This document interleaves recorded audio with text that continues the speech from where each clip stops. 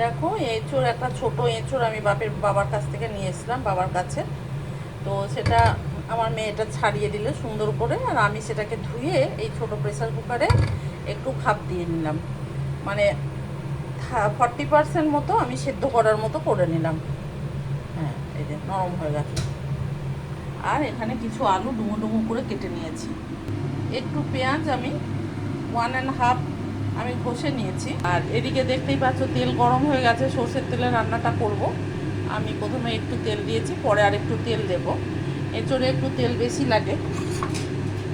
তেলটা গরম হয়ে ধোয়া বেরোচ্ছে, একটু ঠান্ডা করে নেব। তার মধ্যে আমি গোটা জিরে আর তেজপাতা তেলে দিলাম, আর বেশ কয়েকটা কাঁচা লঙ্কা মাঝখান থেকে কেটে দিয়ে দিলাম। ফোড়নের গন্ধ বেরোতে আমি আলু দিয়ে দিলাম। আলুটা ভেজে নেব, ঢাকনা দিয়ে ঢেকে দিলাম।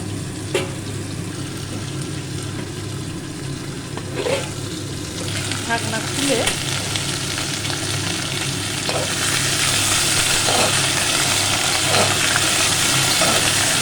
একটু তেলে নাড়াচাড়া করে নেবো আলুগুলোকে।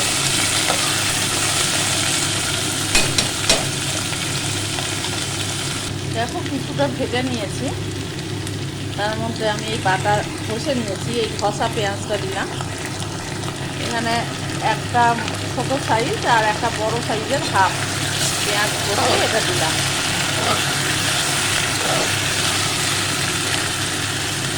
পেঁয়াজটাও ভেজে নেবো। ঘষা বলতে আমি এটাতে ঘষে নিয়েছি। আর একটু আমি মশলা করে নিয়েছি মিক্সিতে, আদা রসুন পেঁয়াজ দিয়ে একটা করে নিয়েছি। এটাতে ওই বড় পেঁয়াজের যে হাফ ছিল সেই হাফ পেঁয়াজ, তার সাথে 1 ইঞ্চি মতো আদা আর 7-8 কোয়া রসুন। এদিকে আমি এই পেঁয়াজটাকে একটু ভেজে নিই।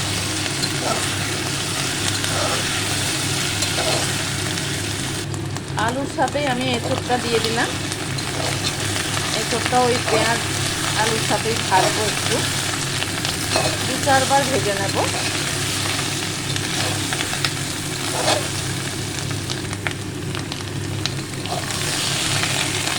আমি কিন্তু কোনো রকম নুন হলুদ, অবশ্য এতে নুন দেওয়া ছিল, আমার এঁচোড়ে একটু নুন দেওয়া ছিল, নুন দিয়ে ভাপানো ছিল। হলুদ মশলা দিইনি। এখন এবার এই পেঁয়াজ বাটা যেটা পেস্ট করা গ্রাইন্ডারে, সেটা আমি দিলাম। এর মধ্যে এবার আমি একে একে কমন যে মশলা সেগুলো দিয়ে দেবো। দেখো, একটু এর সাথে আমি একটু নুনও দিলাম। নুন দিয়ে এটাকে কষাবো। এটাও 2-4 বার কষাবো। কষিয়ে আমি পুরো মশলাগুলো দেবো। আমার কিন্তু আঁচ বাড়ানো আছে। এর মধ্যেই 2-4 বার ভেজে নিয়েছি, নিয়ে আমি তাতে হলুদ, লঙ্কা, জিরে, ধনে, হ্যাঁ সবই 4 চামচের 1 চামচ করে দিয়ে দিলাম। আর একটু গরম জল, আর তলায় ধরে যাচ্ছিলো তাই। আমি কয়েকটা এলাচ ফাটিয়ে দিয়ে দিলাম। আমার আলুটা একটু বেশি হয়ে গেছে। হ্যাঁ, ছেলে একটু শুধু এঁচোড়টা খেতে চায় না, ওকে একটু আলুটা ওর জন্য বেশি দিতে হয়। যদিও চারটে একটু বড় সাইজের হাতে দিয়েছি এইটা। তলায় ধরে যাচ্ছে। আমি কেটলিতে জল গরম করে রেখেছি, তাই একটু একটু করে গরম জল দেবো, দিয়ে কষাতে থাকবো। আর দেবো একটু চিনি অল্প করে, একটু টক টক ভাব থাকে এঁচোড়ে, অল্প করে দিলাম। সবজির তরকারিতে একটু চিনি দিলে ভালোই লাগে। এটা দিয়ে আবার আমি কষাতে লাগবো। দেখো, তলায় একটু ধরে ধরে যাচ্ছে। এটাকে আমি ছাড়িয়ে দেবো। এঁচোড়ে তো তেল একটু বেশিই লাগে, তেলের ওপরেই এর টেস্ট কিছুটা আমার যেন মনে হয়। তাই আমি আগে 2 পলা দিয়েছি, এখন আরও 1 পলা তেল দিলাম। তেল দিয়ে আবার একটু কষিয়ে নেব। মাংসের মতো যত কষাবে তত এর স্বাদ।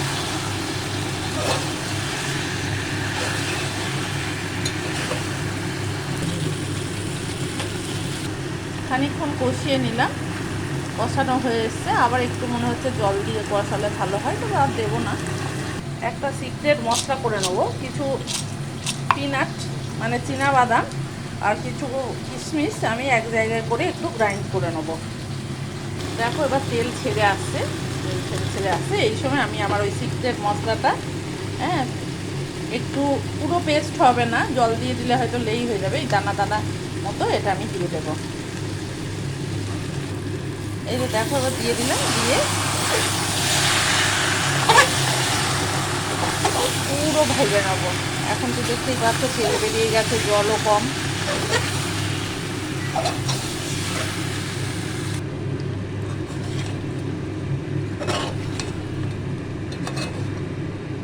এইবার আমি এতে গরম জল অ্যাড করে দেবো। যে গরম জলটা আমি ফ্লাক্সে করে রেখেছি, কেটলিতে, সরি, এই গরম জলটা আমি অ্যাড করে দেবো।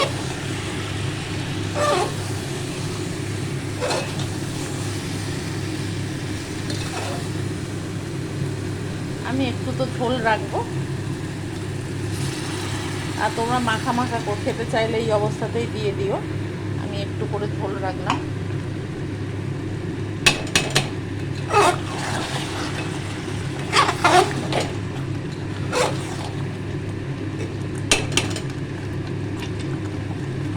এই সময় নুন মিষ্টিটা দেখে নেবো, আমার হয়েই গেছে, দেখে নেবো সেদ্ধ হয়েছে কিনা। সুন্দর সেদ্ধ হয়ে গেছে। এঁচোড়, আলু,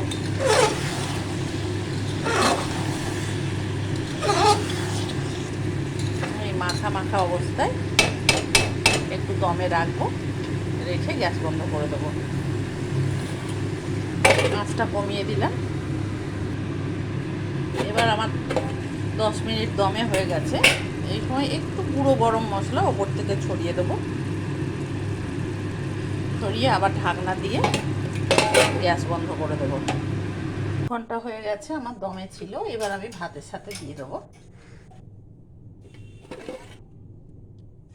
দেখতেই পাচ্ছ আমি এখনো নাড়াচাড়া করিনি, এবার একটু নেড়ে নেবো।